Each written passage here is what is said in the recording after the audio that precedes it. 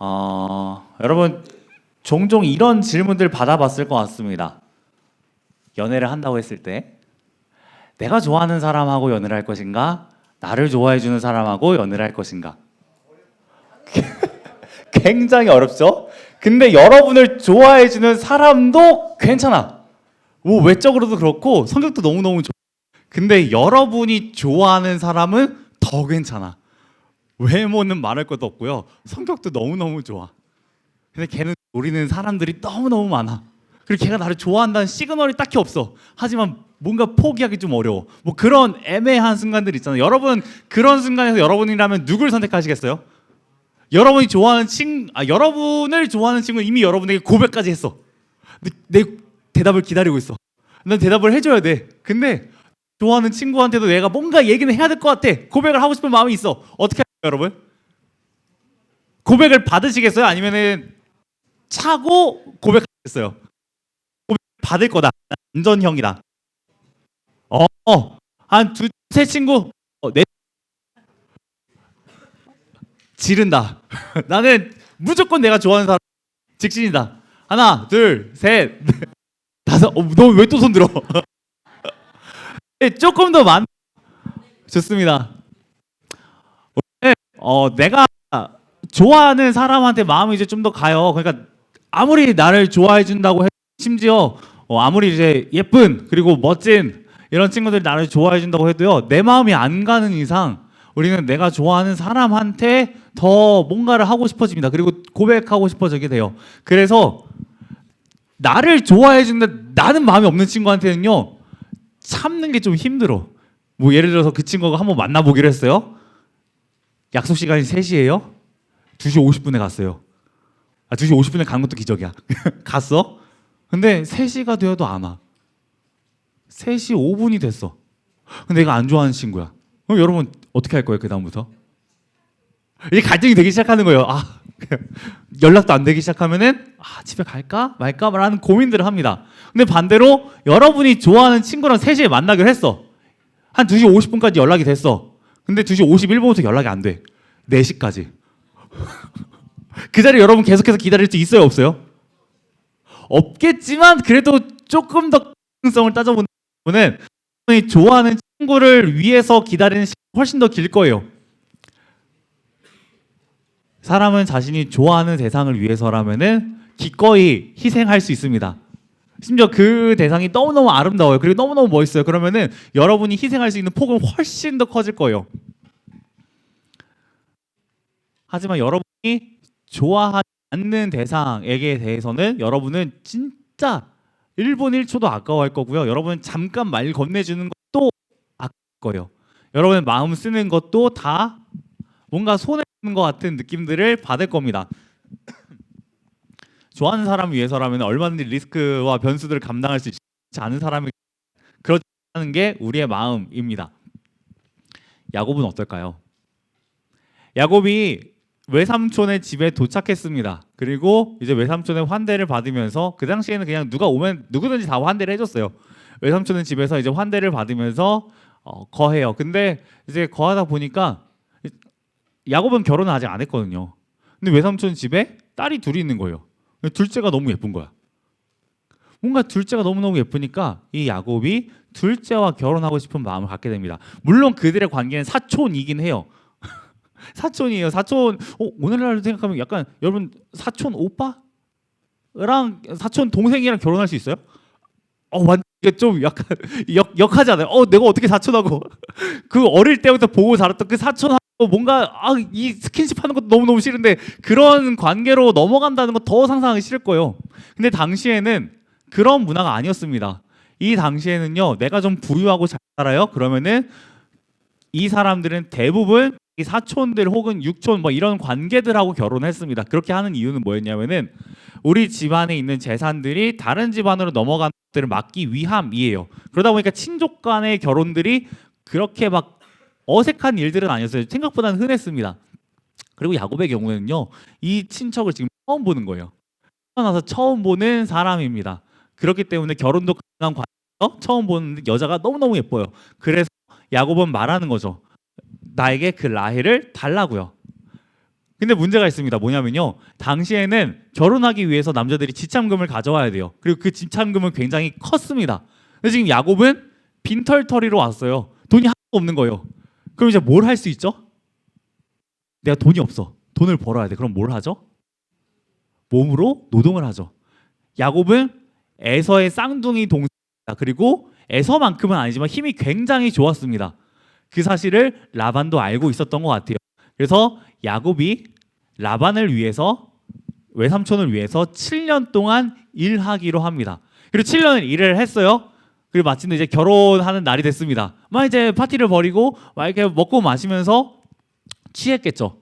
그리고 결혼식이 끝났습니다. 네, 다음날 야곱이 정신 차리고 보니까 아내가 바뀐 거예요. 나는 라헬하고 결혼한 줄 알았는데 언니랑 결혼한 거예요. 레아가 있는 거야. 정신 바짝 뜨겠죠. 그리고 심지어 레아는 왜 야곱이 라헬을 더 사랑하고 레아를 사랑하지 않았냐면요. 보통 이제 자매들은 좀 닮잖아요. 저희 집 딸도 이제 셋인데 셋이 생각보다 저는 좀 많이 닮았다고 느낍니다. 같이 놓으면요, 따로따로 놨을 때 다르게 생겼다라고 느꼈는데 같이 놓고 보니까 굉장히 비슷한 경우들이 많더라고요. 동생이 예쁘면은 언니도 예쁠 가능성이 높아요. 근데 아닌가요? 보통 그 집안 핏줄 거기서 거기 아닌가요? 다 비슷비슷하게 생겼던데. 근데 이 레아는요, 성경에서 뭐라고 표현하냐면요. 자, 이 본문을 읽어드릴게요. 17절입니다. 레아는 시력이 약하고 라고 기록이 되어 있습니다. 이 시력이 약하고라는 표현에 대해서 진짜 눈이 안 좋을 거다라고 말하는 사람들이 이렇게 해요. 못생겼을 것이다. 그러니까 시력이 좋지 않다는 거는 이제 그 당시의 비유인 거죠. 너 눈이 안 좋아? 넌 진짜 눈 안 좋게 생겼다. 약간 이런 안경 낀 친구들 약간 좀 찔릴 수 있는데 넌 되게 눈 안 좋구나라고 말을 하면은 이제 외모에 대한 어떤 이야기로 당시에는 이제 들려졌던 거예요. 레아는 왜 울어? 저도 안경을 꼈는데 레아는 이제 외모가 안 좋았던 거죠. 그래서 패스 당합니다. 선택받지 못해요. 근데 선택받지 못한 그 여자랑 결혼을 한 거예요, 야곱이. 그러니까 깜짝 놀라는 거죠. 외삼촌에게 따집니다. 그랬더니 외삼촌이 뭐라고 하냐면은 진짜 미안하다. 근데 우리 집안에는 우리 지역에는 둘째가 결혼 안 한 언니보다 먼저 시집을 가진 않아. 그러니까 너가 정말 라헬하고 결혼하고 싶으면은 지금만 더 일하. 아주 악덕주 같은 정말 말도 안 되는 고용 조건을 내겁니다. 말이 돼야 안 돼요? 완전 사기죠. 여러분 하시겠어요 이거? 수지야. 여러분이 결혼할 수 있는 그 대상이 수지야. 수지가 요즘 여러분한테 좀 안 먹히나요? 저는 아직도 그 건축학개론이라고 혹시 영화 아세요? 이 영화도 좀 잘못 말하는 건가? 아무튼 건축학개론이라는 영화. 고윤정 그래 그 고윤정이야. 어때 태강아 마음 막 설레지 않니? 예, 좋아하다. 이거보다 먹겠다. 고마워요. 남자 연예인 누가 있어요? 송강은 내가 알지. 송강 그 잡고 어깨 되게 넓고 키 큰 사람이잖아요.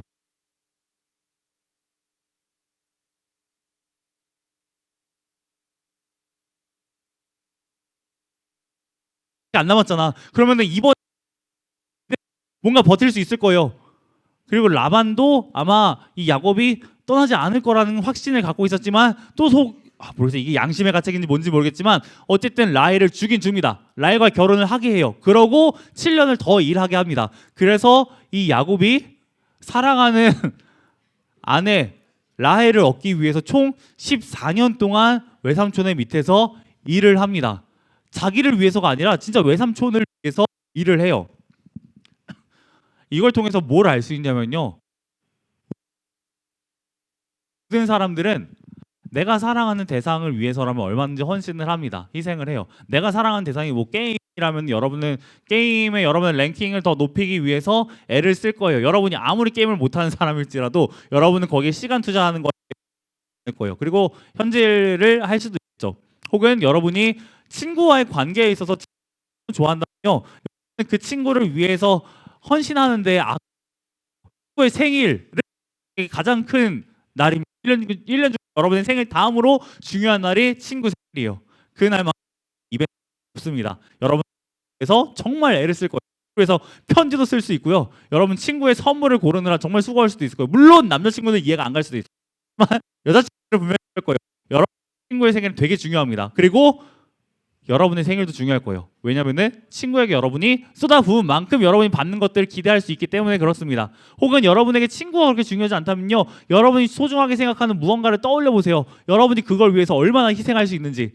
그와 동시에 이것도 생각해 보시길 바랍니다. 여러분은 그것으로부터 혹은 그 사람으로부터 뭘 기대하는지, 여러분이 수고한 만큼 뭘 받고 싶은지 있을 거예요. 여러분이 좋아하는 대상에게 여러분은 분명히 뭔가 받고 싶은 게 있을 겁니다. 있어서 어떤 제가 처음에 설교하면서 말씀드렸던 여러분이 좋아하는 사람이잖아요. 좋아하는 이성이라면은 여러분은 고백했을 때 그 자체만으로 만족하지 않을 거예요. 그런 사람 어디 있어? 고백을 했으면은 당연히 거기에 대한 어떤 긍정적인 답을 기대를 하는 거잖아요. 고백만 놓고 좋아하는 사람이 어디 있어? 말도 안 되는 거죠. 여러분은 좋은 대답을 기대할 거예요. 그게 오지 않았을 때는 실망하게 될 겁니다. 하지만 좋은 대답이 올 수만 있다면 여러분은 얼마든지 수고하고 할 수 있을 거예요. 아무리 그게 내게 쪽팔리는 일일지라도 감당할 수 있을 겁니다. 보통의 사람들이 그래요. 그럼 여러분 질문을 바꿔보겠습니다. 그래서 그런 걸 받아보신 적 있으신가요? 이거 좀 여러분을 팩트로 폭격하는 걸 수도 있는데, 그래서 여러분은 그걸 받아보신 적 있으세요? 누군가 나를 이렇게까지 사랑해주는 걸 경험해 본 적 있나요? 중간중간 있어 본 적도 있을 거예요. 여러분의 생일에 친구들이 여러분을 위해서 뭔가 편지를 써주거나 선물을 챙겨주거나 여러분에게 어마어마하게 긴 장문의 DM을 보내주거나 아니면 여러분과 함께 이제 어마어마하게 많은 스토리들을 공유해주거나 뭐 그런 것들을 경험해 본 적이 있을 거예요. 근데 그런 것들을 내가 생각하는 것보다 경험하지 못한 친구도 있을 거예요. 그랬을 때 우리는 내가 생각보다 그렇게 사랑받지 못하네 라는 것들을 느낍니다. 그리고 마음이 이제 절망을 느끼기도 해요.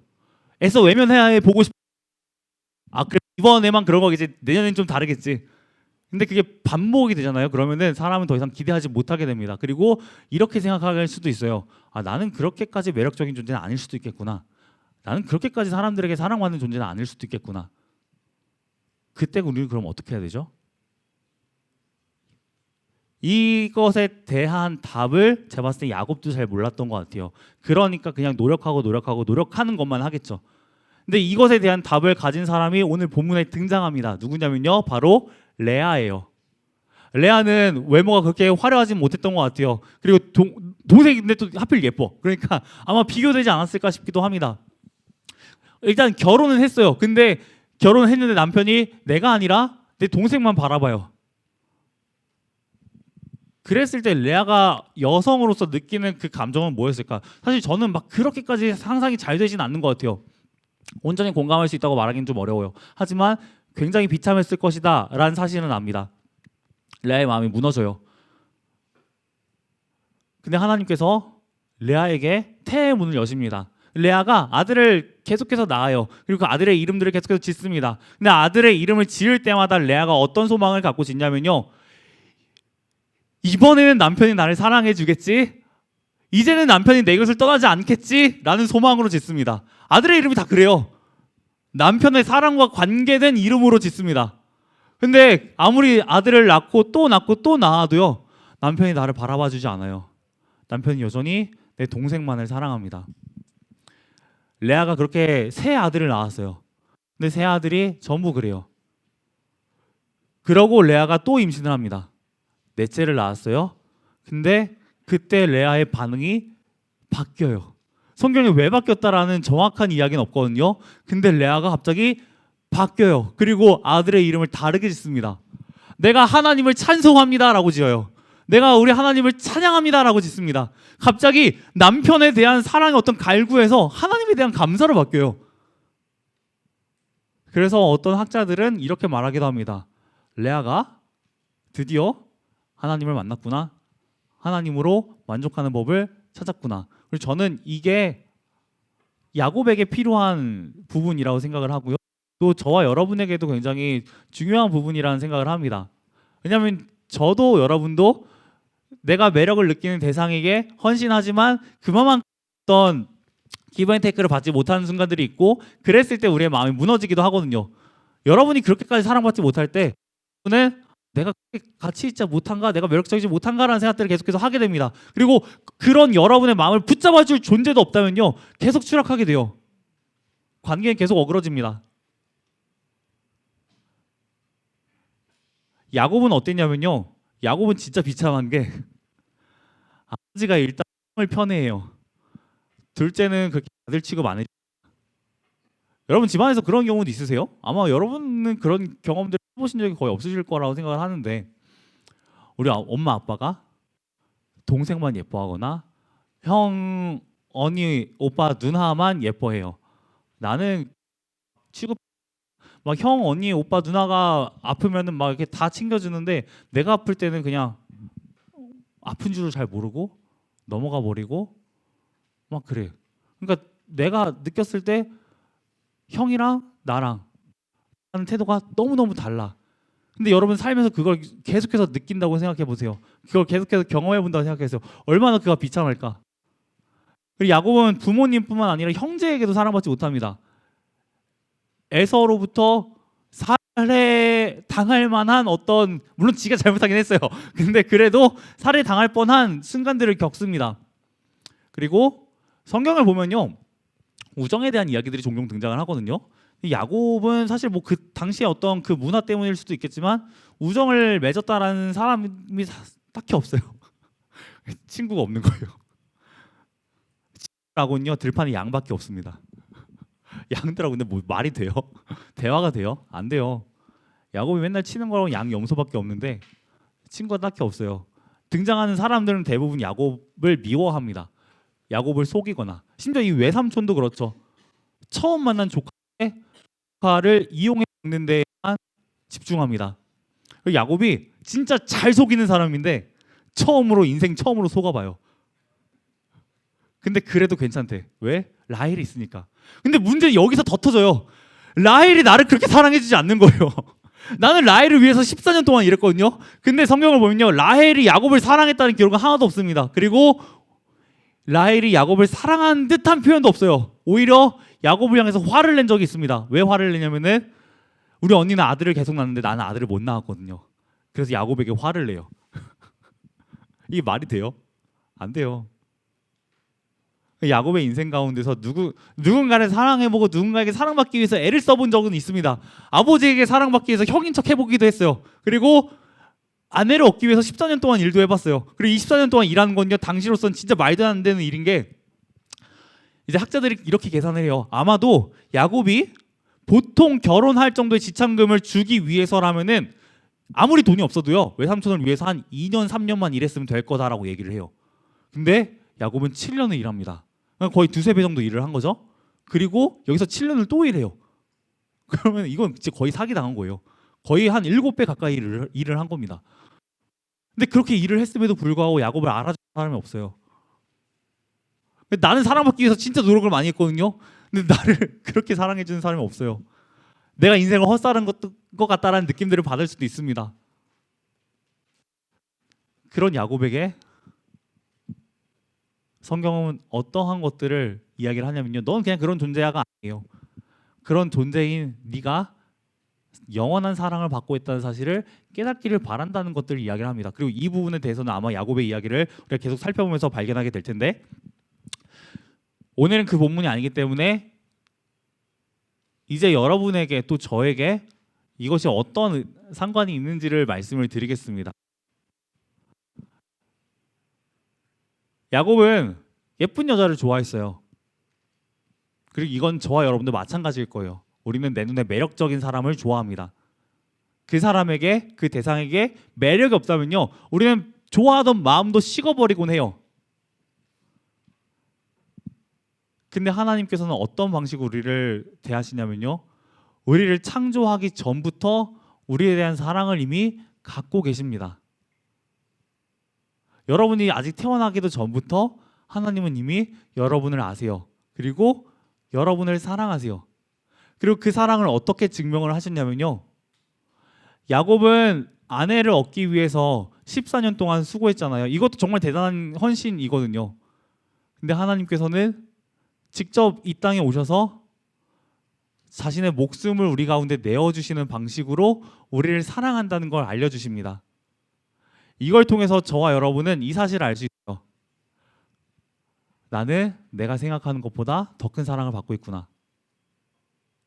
나는 정말 내가 생각하는 것보다 더 큰 사랑을 받고 있구나. 여러분이 좋아하는 대상에게서 얼마나 여러분이 노력을 해서 사랑을 얻든지 간에 여러분이 노력하지도 않았음에도 불구하고 하나님으로부터 더 큰 사랑을 받았습니다. 그게 오늘 본문이 우리에게 주는 은혜예요. 내가 사람들에게 인정받지 못해서 사랑받지 못해서 내 인생에 뭔가 볼품없어 보이고 내가 아무것도 아닌 것처럼 느껴질지라도, 그리고 여러분 이거 잘 들으세요. 이제 곧 지금 시험 기간이잖아, 그렇죠? 잘 볼 자신 있어요? 자신감은 충만한가요? 저는 늘 시험 기간마다 자신이 넘쳤어요. 그리고 된통 깨졌어요. 진짜. 그래서 멘탈이 거의 뭐 개박살을 하고 경우들이 많습니다. 그런 순간들이 있어서 회복이 될 수 있었던 이유가 뭐였냐면요. 집에 돌아오면은 시험의 성적과 상관없이 저를 맞아주는 가족들이 있었기 때문에, 그리고 주일에 예배를 드리면은 하나님이 나를 얼마나 사랑하시는지를 알 수 있었기 때문에, 내가 뭘 잘해서가 아니라 그냥 나라는 존재 자체를 사랑해 주시는 하나님, 그분을 경험했기 때문에 저는 늘 괜찮을 수 있었거든요. 그리고 이건 여러분에게도 마찬가지라고 저는 생각을 합니다. 여러분이 뭘 어떻게 하시든, 여러분이 뭘 어떻게 살아왔든, 또 여러분이 뭐 때문에 고민을 하든, 여러분이 뭘 잃어버리든, 여러분은 이미 하나님으로부터 가장 큰 사랑을 받고 있는 사람들입니다. 이걸 여러분이 경험해보길 원한다면요, 여러분이 할 수 있는 한 가지예요. 예수님, 제 마음에 찾아와 주세요. 미친 짓처럼 보일 수도 있어요. 예수님을 본 적이 없는데 예수님 제 마음에 찾아와 달라고. 이게 뭐지? 이게 뭐지? 이게 기도인가? 근데 이게 기도라면 너무너무 이상한데, 그냥 혼잣말로 뭔가 소망을, 염원을 말하는 것밖에 되지 않는 거 아닌가? 이게 들어지나? 네, 들어집니다. 왜냐하면은 저와 여러분을 위해서 예수님이 정말로 십자가에 못 박혀 죽으셨기 때문에 그렇습니다. 저와 여러분을 사랑하는 그 마음으로 우리를 살리기 위해서 예수님이 정말로 십자가에 못 박혀 죽으시고 다시 살아나셨기 때문에 저와 여러분의 그 기도는 절대 땅에 떨어지지 않는 거죠. 여러분이 정말로 예수님의 사랑을 경험하고 싶다면 여러분은 기도하셔야 됩니다. 기도해보세요. 그렇다면 여러분은 그 사랑을 경험하실 수 있을 거예요. 여기서의 기도라는 것은 여러분이 어떤 특정한 장소에 가서 특정한 시간에 특정한 자세로 특정한 고백을 읊는 게 아니에요. 제가 말하고 싶은 기도는 뭐냐면요, 그냥 여러분이 지금 이 자리에서라도 괜찮으니 그분께 여러분의 마음을 열어드리라는 거예요. 그냥 여러분이 그분께 한번 맡겨보는 거예요. 맡기는 것 자체가 이미 믿음이거든요.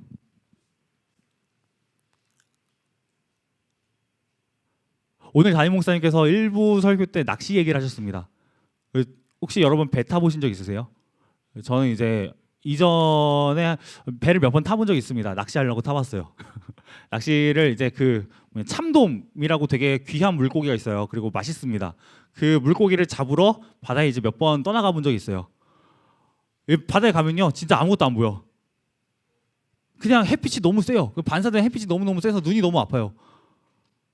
그리고 어떤 경우에는 무인도 가까이 풍경 보고 와요. 근데 꼭 가면요, 진짜 아무것도 안 보이거든. 근데 선장님이 내리세요 하면서 이제 말을 해요. 그럼 뭘 내리라는 거냐면, 이제 그 미끼 있잖아요. 그 미끼, 이제 낚싯대에 달린 미끼 쭉 내리라는 거예요. 거기 무거운 줄을 달거든요. 무거운 줄을 달아서 이제 쭉 하고 내립니다. 그러면은 이제 내리고 바닥을 딱 찍고 몇 바퀴를 빨리 감으세요 하면 이제 감아요. 감고 이제 그냥 망구석처럼 기다려요. 그러면은 진짜 멍청해 보이거든요. 근데 기다리고 있어요. 되게 재밌어요. 여기 옆에 보면 다 똑같은 자세로 이러고 가만히 있어요. 딱 그러고 기다리잖아요. 기다리고 있다 보면은 갑자기 누군가의 낚싯대가 픽 하고 움직입니다. 그럼 이제 막 온 배에 있는 사람들 다 같이 흥분해요. 빨리 쳐야지 하면서 이제 막 갑자기 흥분하면서 이제 막 리를 돌리기 시작합니다. 그리고 이제 선장님께서 막 오더를 내리세요. 이때는 뭐 어떻게 리를 쳐야 되고, 뭐 어떻게 해야 되고, 뭐 몇 바퀴를 감아야 되고, 힘을 어떻게 줘야 되고, 막 이런 얘기를 하십니다. 근데 사실 잘 안 들려. 왜냐면은 나는 이미 이 물고기가 내 미끼를 물었다는 사실에 흥분해가지고 막 잘 안 들려요. 실패하다 보면 이제 들리기 시작하거든요. 근데 선장님 말을 따르잖아요. 그럼 진짜 물고기가 올라와요. 참돔이 막 안녕? 막 옵니다. 어떤 경우에는 참돔 말고 다른 물고기가 오기도 해요. 되게 막 말도 안 되는 이상한 생선들이 있는데, 한 번 정말 비싼 물고기 올라온 적이 있어요. 철갑상어요? 상어 끼가 올라온 적이 있는데 철갑상어인지는 잘 모르겠어. 정말 귀한 물고기였고, 제 거에 올라오진 않았어요. 같이 갔던 분에 올라왔는데 선장님이 그 물고기 회를 떠주시더라고요. 와, 회 좋아하세요, 혹시 여러분? 난 회 좋아한다. 회 좋아하시는 친구들 잘 들으세요. 회에서 호두 맛이 나는 것이 정말 비싼 회입니다. 처음 느껴봤어요. 그 자리에서 바로 딱 잡아가지고 피를 빼서 이게 막 회를 딱 떠주시는데 호두 맛이 나는 거예요. 진짜 너무 맛있는 거예요. 선장님의 말을 따르니까 진짜 이런 일들이 있더라고. 선장님은 그 밑에 있는 물고기들을 그 어탐기를 계속 보시면서 내리라고 하시고 이제 올리라고 하세요. 우리는 그냥 아무것도 안 보이는데 따라갈 뿐이에요. 믿음도 똑같아요. 예수님 안 보여요. 근데 성경에 예수님 계신다고 말을 해요. 그리고 수많은 믿음의 증인들이 있습니다. 여러분 내리세요. 여러분의 마음을 여세요. 그분께 맡겨드리세요. 그랬을 때 성경은 뭐라고 기록하냐면요, 내가 문 밖에 서서 두드리노니 누구든지 그 문을 열고 나와 먹고 마실 것이다 라고 말을 합니다. 누구든지라고 해요. 여러분 어떤 삶을 살아왔든, 여러분이 누구든지 심지어 오늘 교회에 처음 왔을지라도 괜찮아요. 누구든지 예수님의 영원한 사랑을 될 거예요. 믿음으로 그분께 나오시길 바랍니다. 그러면 여러분은 이 세상에서 여러분이 봤던 그 어떤 매력적인 분보다 훨씬 매력적인 분께 영원한 사랑을 받고 있다는 사실을 알게 될 거예요. 그리고 그 사랑으로 여러분은 만족하게 될 겁니다. 부디 여러분이 이 시험 기간 가운데서 그 하나님의 사랑을 경험하며 살아갈 수 있기를 간절히 소망합니다. 우리 같이 기도하도록 하겠습니다. 이 시간 기도할 때 우리 이렇게 두 가지의 기도 제목 갖고 기도합니다. 먼저는 우리를 향한 하나님의 사랑이 향한 그 야곱의 애정보다 훨씬 크다는 것을 알게 해주세요. 그리고 매일매일 예수님의 그 사랑을 내가 맛보게 해주세요 라고 같이 기도하면 좋겠습니다. 그리고 이 기도를 하는 어려운 친구들이 있다면은 제가 설명서 말씀드린 것처럼 그냥 이렇게 여러분 기도해 보세요. 저를 만나주세요. 찾아와 주세요. 정말 말도 안 되는 것처럼 보여질 수도 있겠지만 그분이 살아계시기 때문에 저는 그분이 여러분의 기도에 응답하실 것을 확신합니다. 그래서 여러분이 그 믿음으로 이 시간 같이 기도했으면 좋겠습니다. 함께 기도하시겠습니다.